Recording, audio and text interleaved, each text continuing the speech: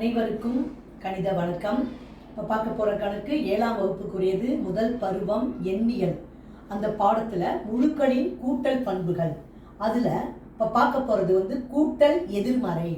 கூட்டல் எதிர்மறை அப்படின்னா என்ன அப்படின்னா, ஏதேனும் ஒரு முழு ஏன்னு எடுத்துக்கிறோம். அந்த ஏக்கு -a என்பது தான் அதனுடைய கூட்டல் எதிர்மறை ஆகும். அதாவது பிளஸ் ஏனா -a, -aனா +a, அவ்வளோதான். இரண்டையும் கூட்டினால் வரக்கூடிய விடை 0ஆகத்தான் கண்டிப்பாக இருக்கும். அதுதான் கூட்டல் எதிர்மறை.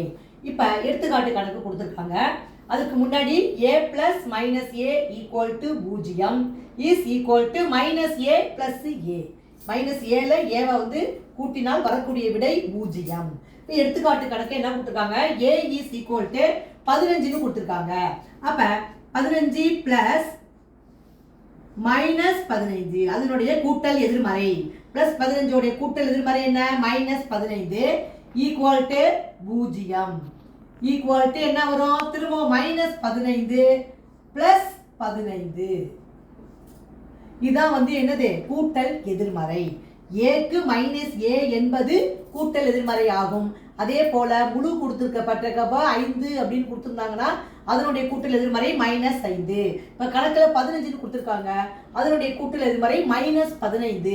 இரண்டையும் சேர்த்து கூட்டினால் வரக்கூடிய விடை 0 ஆகும். இதுதான் கூட்டல் எதிர்மறை. புரிஞ்சுங்களா?